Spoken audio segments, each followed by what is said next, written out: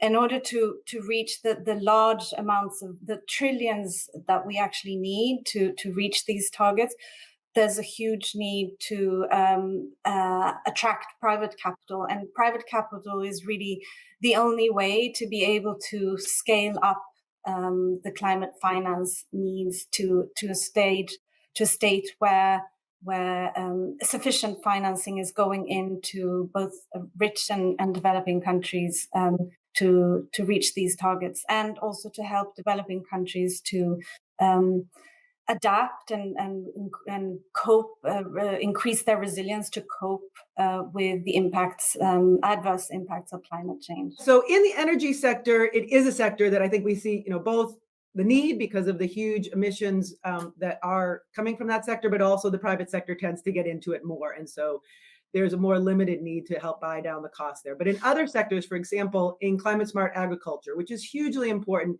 given the number of people that still work in agriculture in a lot of these developing countries, as well as both the impact that climate change can have on the sector, as well as the emissions that can be generated. And so we are seeing a number of funds in this sector that really need support. And this is where we see, for example, donors like USAID can come in with catalytic capital to help buy down the risk, help these fund managers establish a first loss facility, and therefore help attract additional private capital into these sectors, which really do need it. In one of the discussions for the upcoming COP26 is that so far a lot of capital has been going into mitigation activities that help reduce emissions mostly.